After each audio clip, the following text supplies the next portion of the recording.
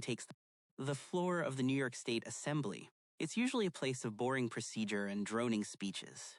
But then Zohran Mamdani takes the mic. Tensions immediately spike. He's built his entire public brand on being the ultimate outsider crashing the party, a staunch democratic socialist, a fierce critic of billionaires, and, perhaps most loudly, an unrelenting champion for the Palestinian cause. To his growing base of young, progressive supporters, he's a hero speaking truth to power. To his establishment detractors, he's a dangerous radical upsetting the natural order of things in Albany. What you see is what you get. Fiery speeches, viral clips dunking on landlords, and very clear political lines drawn in the sand.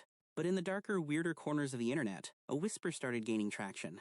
It's a whisper suggesting that everything you see on the surface, the shouting, the activism, the entire progressive stance, is actually a perfectly crafted disguise. A disguise designed to hide an allegiance that is so wildly contradictory to his public face that it sounds like fiction. We aren't talking about him secretly taking money from a real estate developer.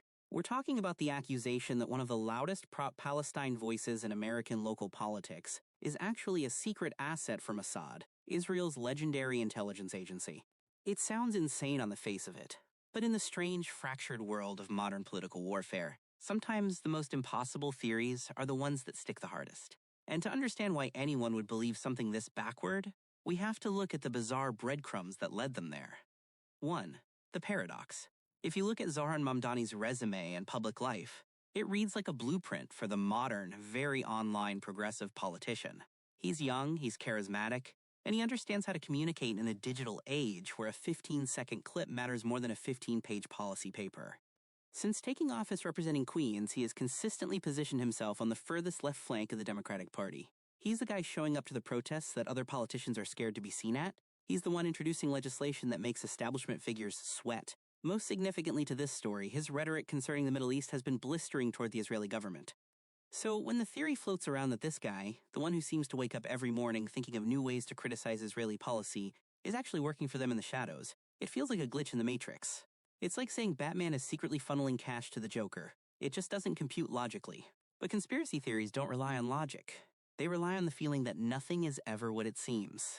The people who buy into this idea look at that massive contradiction not as proof that the theory is wrong, but as proof of how deep the deception goes. They argue it's the perfect cover, because nobody would ever suspect it. It's the hide in plain sight strategy, taken to the absolute extreme. But this theory didn't just appear out of thin air. It feeds into a much older, darker playbook used against rising political stars who don't fit the usual mold. The mechanics of the rumor. Usually when you hear claims like secret agent in politics, you expect a smoking gun to eventually emerge. You expect a leaked bank transfer, a shady meeting photographed in a parking garage, or a decrypted email chain. Something tangible that you can point to. But in cases like Mamdani's, where the accusation is so fantastical, the evidence is almost entirely psychological. It usually boils down to internet sleuths digging through a figure's past associations before they entered the political arena, looking for any link, no matter how microscopically thin, to establishments that don't fit the pure socialist mold. Conspiracy theorists love to look at resumes and find connections that aren't really there. They see a guy who is highly educated, articulate, and capable of navigating complex political systems rapidly. Instead of seeing skill or natural political talent, they see training. They argue that nobody gets that good, that fast, without some serious shadowy backing pushing them forward. They take normal aspects of a person's life, where they went to school, who they might have crossed paths with at a conference 5 years ago, and weave them into a tapestry of espionage. It's flimsy stuff that withers under actual journalistic scrutiny, but it's enough to plant a seed of doubt in people who are already deeply skeptical of all politicians. It's less about proving he is an agent, and more about proving that he could be one because he's just too polished. And this perspective gets even murkier when you bring one of the internet's favorite concepts into the mix. The controlled opposition trope. This brings us to one of the most popular brain-bending concepts in the modern conspiracy world. Controlled opposition. If you hang around political fringe forums long enough, you will see this phrase constantly. The theory goes like this. The best way for a powerful entity to neutralize its enemies isn't to silence them, because silencing them creates martyrs.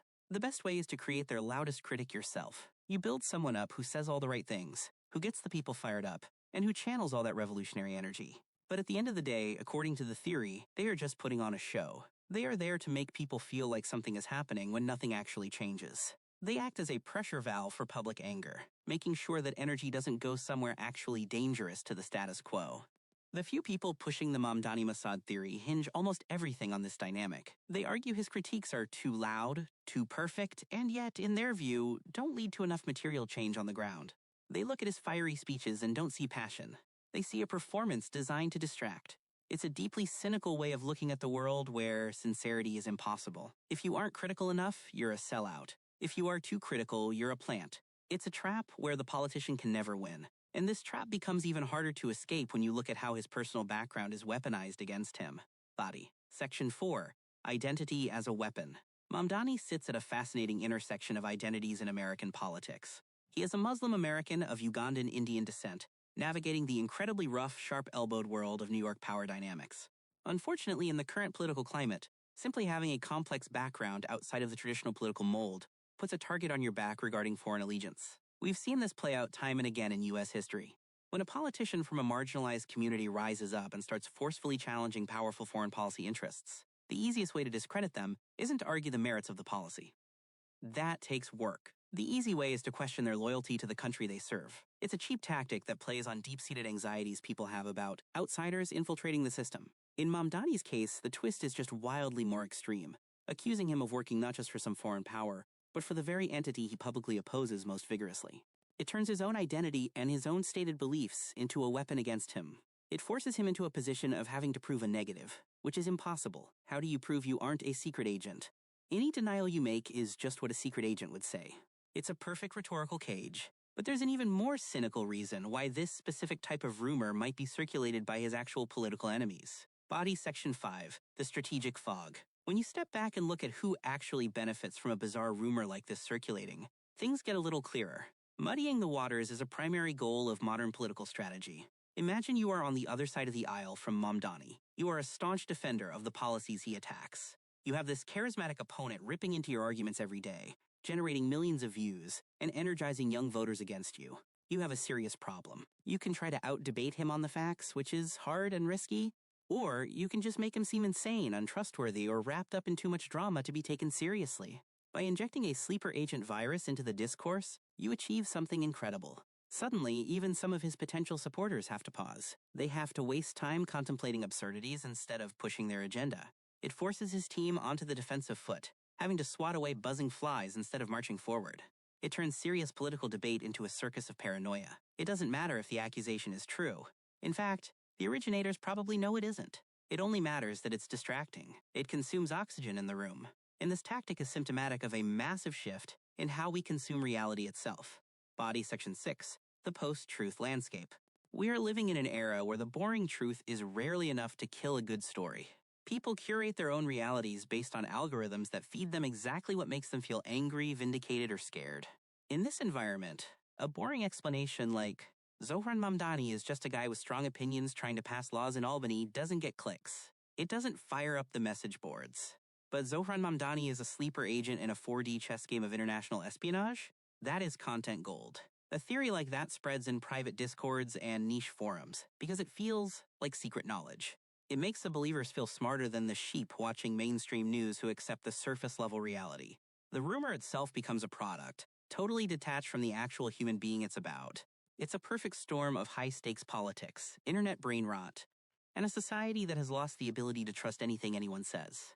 It shows how easy it is to take a political figure and turn them into a fictional character in a spy thriller, just because the reality of their politics is too uncomfortable for some people to handle. Conclusion. So is the outspoken socialist assembly member from Queens actually a secret asset for foreign intelligence, working against his own publicly stated goals? Almost certainly not. The idea collapses under the slightest bit of actual scrutiny and requires a suspension of disbelief that belongs in a movie theater, not a voting booth. But the fact that the question is even out there, drifting around the digital ether, tells us way more about the broken state of our political culture than it does about Mamdani himself. It shows us a world where sincerity is impossible for many to believe, where every action must have a hidden nefarious motive, and where the most effective way to fight a political opponent isn't to debate them, but to drag them into a hall of mirrors until nobody knows which way is up.